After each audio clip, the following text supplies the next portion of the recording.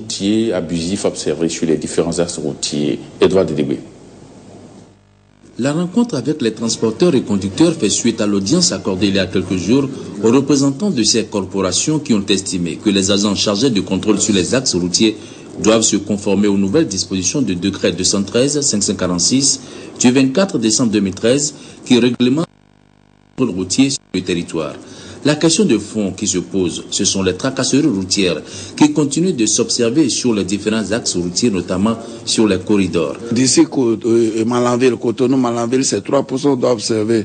Mais on en compte à la date d'aujourd'hui une trentaine encore, ce qui n'est pas possible. Et c'est pourquoi le chef de l'État a pris cette décision courageuse ce matin devant nous tous et a décidé à ce que le contour routier soit supprimé sur toute l'étendue du territoire national jusqu'à nouvel ordre. Et finalement, il a donné 4 mois et nous allons encore nous retrouver pour voir ce qu'on peut faire. Et ici maintenant, il a créé un comité qui doit tout de suite penser sur les nouvelles méthodes, surtout le port de macarons, le laisser passer à donner aux véhicules et comment faire en sorte que nos forces de l'ordre aient de l'argent pour pouvoir assurer la sécurité, nos sécurités sur toute l'étendue du territoire national. Je crois que nous sommes entièrement d'accord pour ça. Les conducteurs et les transporteurs ont effectué le déplacement de Malanville, Karimama, Guénin, partout, sont venus de la Takora, la Donga, Kobli, partout. Vous avez vu, tous ceux-là sont arrivés parce que ils sont trop occupés par la question. Donc je crois que la décision à retenir aujourd'hui est que pour compter de l'instant là même, aucun conducteur ne serait encore soumis au contrôle routier jusqu'à nouvel ordre. Mais je tiens à attirer l'attention sur quelque chose. Cela ne veut pas dire que le conducteur aussi est libre de faire ce qu'il doit faire. Non, ce qu'il ne doit pas faire. Nous aussi, nous allons nous mettre au travail. Nous allons nous mettre au travail parce que des contrôles s'effectuent au niveau des parcs pour voir la conformité des têtes du véhicule avant qu'il ne se mette sur la route. Et je crois que nous avons aussi du travail à faire et vous allez constater que tout se passera très bien dans le pays. Si plusieurs séances ont déjà eu lieu pour mettre fin à ce phénomène, il s'agit maintenant de mettre définitivement un terme à cette tracasserie, surtout que le Bénin assure la présidence de l'UEMOA qui a édicté des directives au sujet de ces contrôles.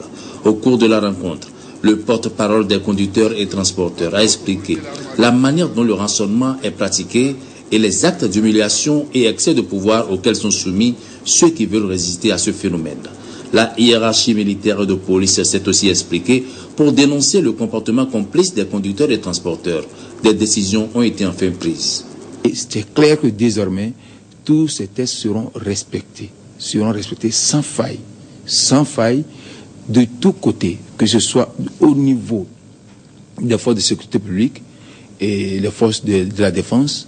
Tous ces tests seront respectés. Les conducteurs également doivent respecter, chacun de son côté doit respecter les tests selon son cas pour que nous puissions vraiment être, disons, bien cotés par l'UEMOA que nous dirigeons aujourd'hui, parce que c'est le président de la République qui est le président des sièges de l'UEMOA. Ce n'est pas normal que, en tant que président, que ce soit chez lui, dans son pays, que nous soyons désobéissants. Et je crois que désormais, dans les jours à venir, nous n'allons plus voir effectivement les forces de l'ordre au niveau des contrôles. Il y aura des points de contrôle, certes, mais c'est connu de tous et on sait qu'il n'y a que ça et c'est ça qui sera respecté. Il y aura aussi des patrouilles, il y aura vraiment des contrôles de sécurité. Vous savez, il y a un décret qui a été pris et qui définit le nombre de contrôles routiers qu'il doit y avoir sur chaque axe. En l'occurrence, si vous quittez Cotonou pour aller à Lacondi, c'est un seul poste. Cotonou-Craqué, c'est un seul poste. Cotonou-Ngala, c'est un seul poste. Mais Cotonou-Malanville, c'est 3 postes de contrôle routier. Et Cotonou-Porga, 3 postes de contrôle routier. Mais il s'avère que si vous quittez Cotonou pour aller à Lacondi, eh parfois c'est 7 ou 8 postes. Moi-même, j'ai compté. Et à ce niveau-là, ils ont raison.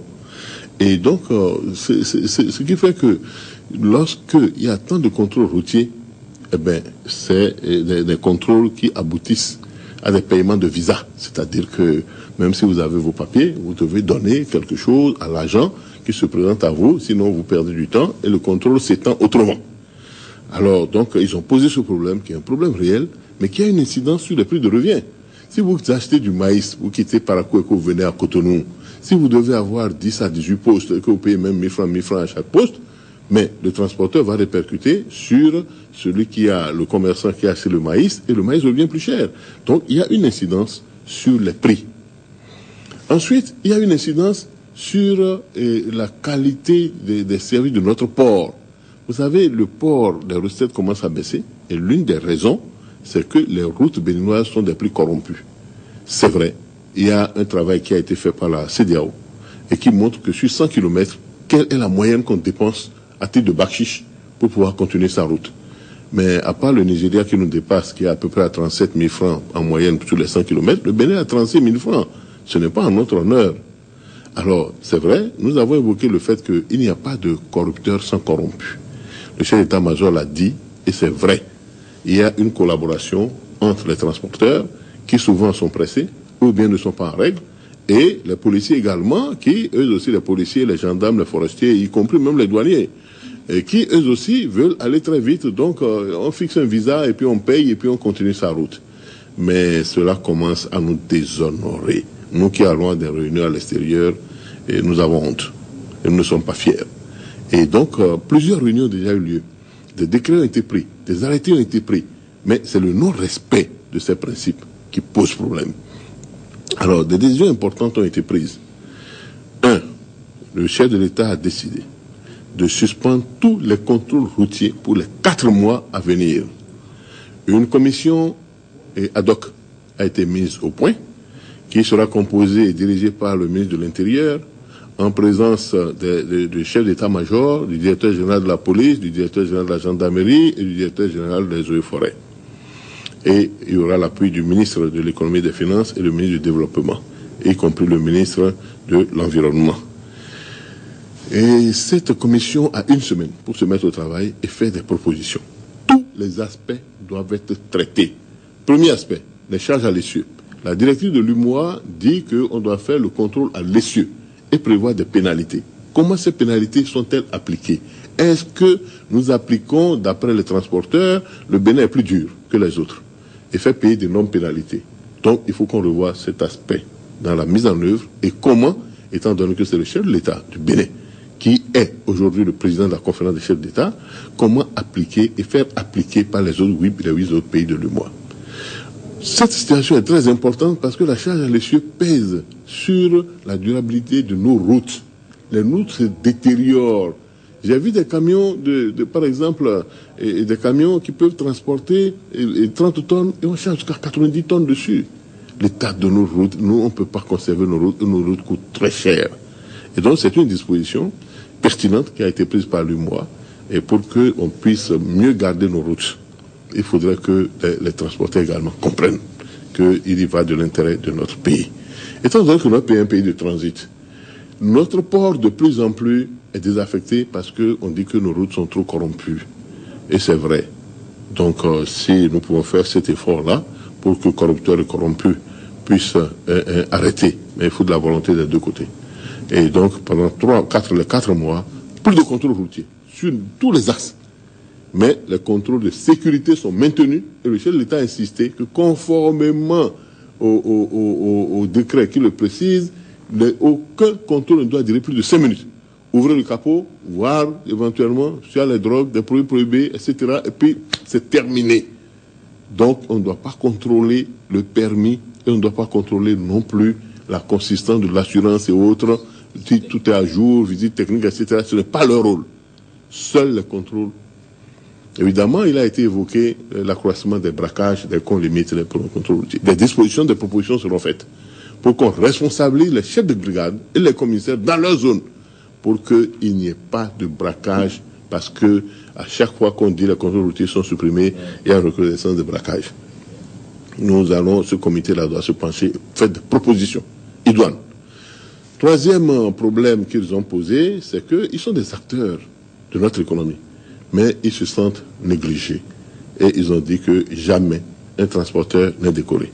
Une décision a été prise pour dire que, au nom de l'ensemble des transporteurs, les 2 premiers responsables de leur syndicat seront décorés, mais en lieu et place de l'ensemble, symboliquement, l'ensemble des transporteurs. Donc, ce qui a été très bien accueilli. Enfin, il a été retenu que dans une semaine, nous allons nous retrouver et que les propositions seront adoptées par le Conseil des ministres pour qu'il y ait de la vigueur. Nous pouvons aller jusqu'à créer la police de la police pour contrôler les mesures. Dernier élément, c'est que les forces de l'ordre qui doivent aller faire les contrôles de sécurité doivent être dotées de leur badge. Et il a été décidé la création d'un macaron qui va symboliser que l'ensemble des pièces est à jour. Nous allons les mettre sur les vitres et sur les corridors concernant le Bénin.